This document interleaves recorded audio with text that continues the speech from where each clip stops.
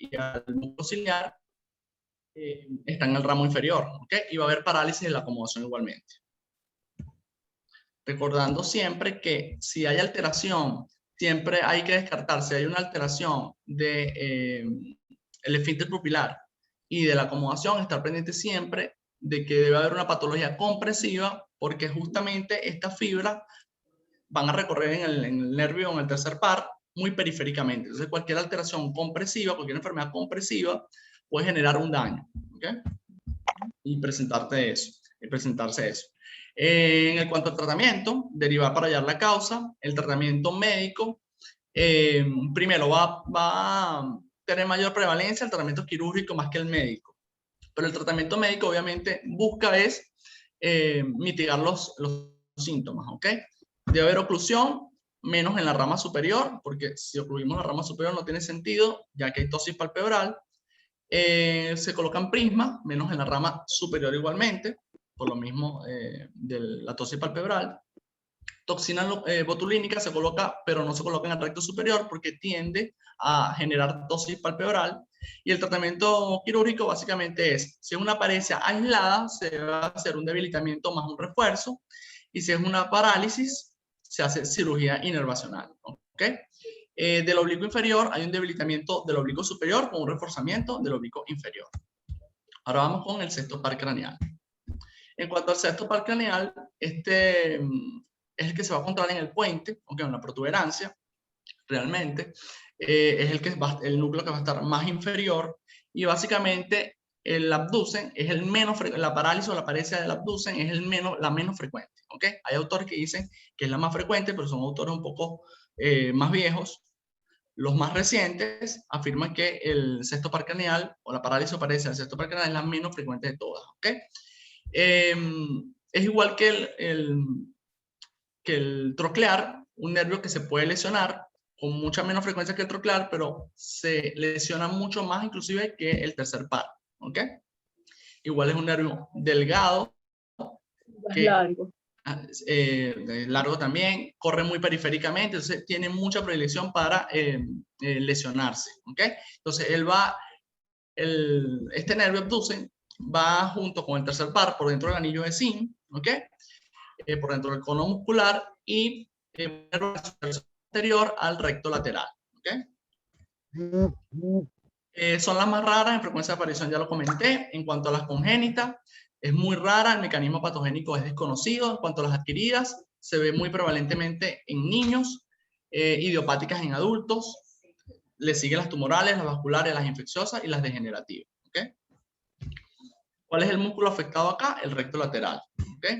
Entonces, básicamente el síntoma que el paciente va a tener es una diplopía horizontal cuando hace la lateroversión, que es el campo de acción del músculo. ¿Okay? Dependiendo en qué ojo esté, obviamente. En cuanto a los signos, va a tener una endotropia, ¿okay? En las parálisis, pero el paciente puede estar en ortotropia en las paresias. ¿Okay? Va a tener una tortícolis horizontal ipsilateral del mismo lado, ¿okay? Para compensar la diplopía. Va a haber un descenso del mentón que es menos frecuente, ¿ok? Pero que se va a hacer por divergencia ocular, ¿ok? Generalmente va a ser con la mirada abajo, ¿ok? El paciente va a tener un pass pointing o falsa localización igualmente, ¿ok? ¿Qué es lo que podemos observar en un paciente que tiene una parálisis del sexto par?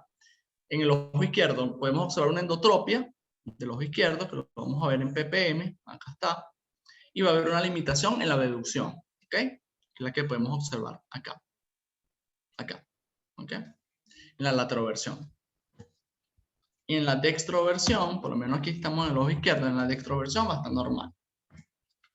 El diagnóstico es clínico, ¿ok? Meramente. Y también se puede hacer la prueba de filtro rojo, donde se puede observar que, bueno, en este caso, es el ojo derecho, una parálisis del sexto par del ojo derecho, podemos observar una mayor separación en la lateroversión, ¿ok?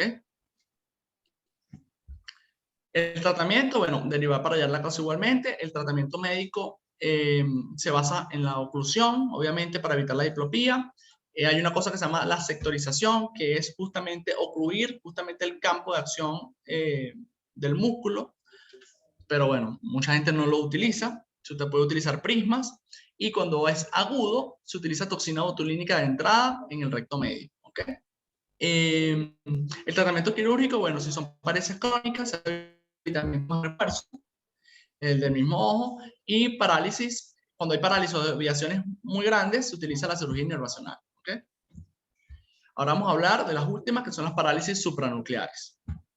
En cuanto a la parálisis supranucleares, el concepto básicamente es la pérdida parcial o total de la capacidad de realizar movimientos conjugados.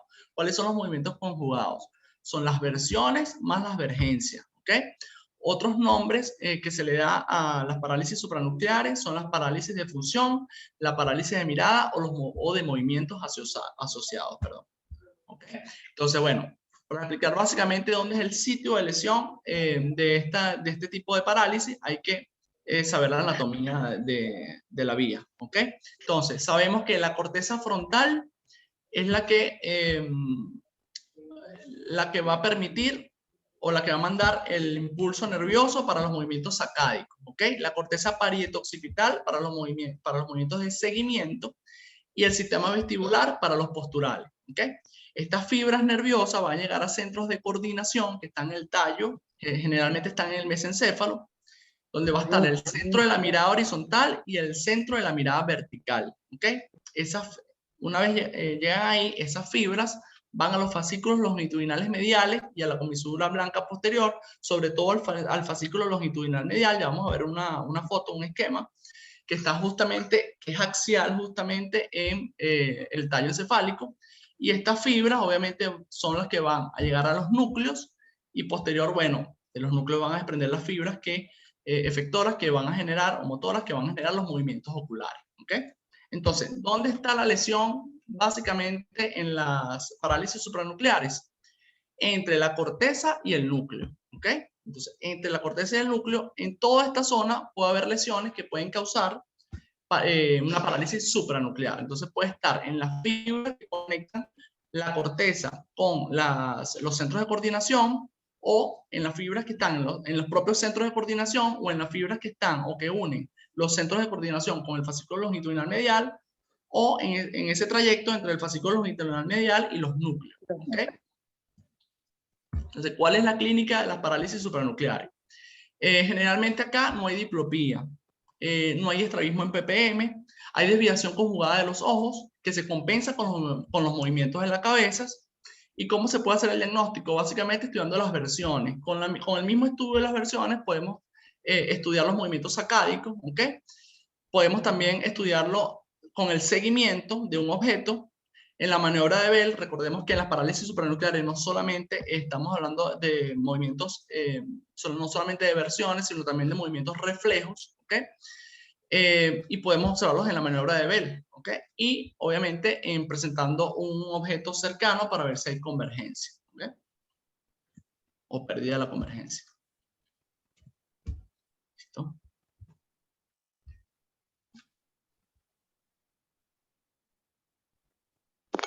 Ok. Vamos a ir aclarando algunas o puntualizando algunas cosas, ¿no? Este seminario es un seminario un poquito largo porque involucra muchas patologías. Involucra las parálisis de origen nuclear o en el trayecto del núcleo hasta el músculo efector, que son los músculos extraoculares, y una segunda parte de las parálisis supranucleares, que quizás son las más complejas de entender, ¿no? Entonces, vamos primero con las parálisis del tercer nervio, del cuarto y del sexto. ¿Cuál le pongo primero? Vamos a empezar por la... Dime. ¿Cuál le pongo primero? Ponme la del cuarto. Okay. Ponla la del cuarto nervio. Vamos a ir en orden. Fíjense. Obviamente, como bien dijo José Manuel, la presentación, la presentación